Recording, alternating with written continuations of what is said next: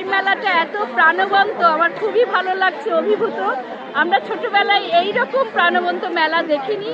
আজকে তরুণ সমাজ যেভাবে বইমেলার আয়োজন করছে, বিশেষ করে আমাদের সাংস্কৃতিক ঐতিহ্য, আমাদের এই আলোচনা সভার মধ্যে দিয়ে রাজশাহী সাহিত্য সংস্কৃতির পরিমণ্ডল যেটি আছে সেটি সম্পর্কে যে আলোচনার আয়োজন করেছে, সবটা মিলিয়ে এত ভালো লাগছে যে আমি ভাষায় প্রকাশ করতে পারছি না।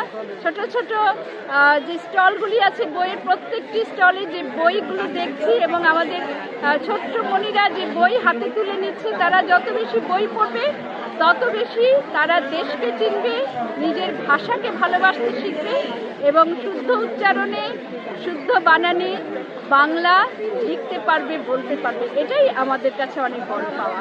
অনেক ধন্যবাদ সূর্যকিরণ সমাজ কল্যাণ সংস্থাকে এইরকম একটি প্রাণবন্ত বইমেলা আয়োজন।